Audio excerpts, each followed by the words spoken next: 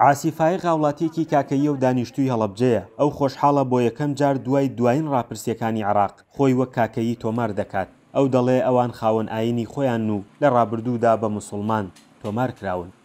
بەڵێ بەڕاستی لەم سەرژمەری ئەم ساڵ کە ئەکرێ ئێمە وەکو پێکاتی کاکەی وەکو ئاینێکی جیاواز ئەتوانین ناومان وەکو کاکەی تۆمارکەین کە ئەمە لە سەرژمێری 57 و ساڵی پێشوەش ئەگەر محاولێکرا بێ کاکەیەکان هەمویان بە موسلیم نووسراون کەمەش لە هەویەکان هەر نووسرا و بەڵام تا ئێستا وای وەڵام ئێستا خۆشحاڵی و فرسەت هەیە کە توانین وەکو کاکەی ناوی خۆمان تۆڕەکەین بۆ ئەوەی ناو شوناسی خۆمان بناسین و ئەوەی ڕێژەمان نەموو لە عێراقیشە هەم دەرکەوێت. بەشێک لە کاکەیەکان دەڵێن ئامادەکاریان کردووە لە تەواوی پارێزگاکانی عێراق بە کاکەیی خۆیان تۆمار بکەن، بەڵام لەگەڵەوەشدا تێڕوانینی جیاواز لە نێوانیاندا هەیە. لە بەشێک لە ناوچەکانی کەرکووک لەبەر مەترسیەکان بۆ سەر ئاینەکەیان و خۆیان هێشتا ناتوانن خۆیان بە کاکەیی تۆمار بکەن.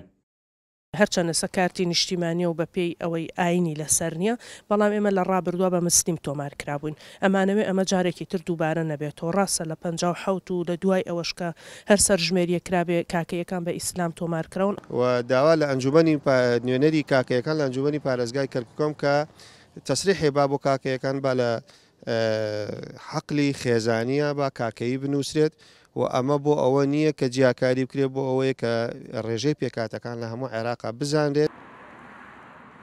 ئەگەر ناسنامەی کارتی نیشتیمانی بکرێتە پێوەری خۆتۆمارکردن ئەوە هەر بە موسڵمان تۆمار دەکرێن، بەڵام بڕگەی ئاینی دیکەش لە سەرژمێریەکەدا هەیە دەتوانن ئەو بڕگەیە دیاری بکەن. ئەگەر کارتی نیشتیمانی بکرێتە بنەما ئەو زانیاریانێکە لە بەردەستی ئێمە کاکەیەکانیش بە موسڵمان تۆمار کراون. ئەو کاتە ئەگەر ئیجبار بکرێن ئێمە بەپێ ئەوە بڕۆین ئەبێ بە موسڵمان تۆماریانکەین. ئەگەر نە هەر کەسێکیش خۆی ویستی وتی نەخێر من نامێ موسڵمان تۆمار بکرێم چکە دینی من کاکەیە، ئەو کاتە ئێمە خۆیەکەین بەسەر پش و بە کاکەی تۆماریەکەین.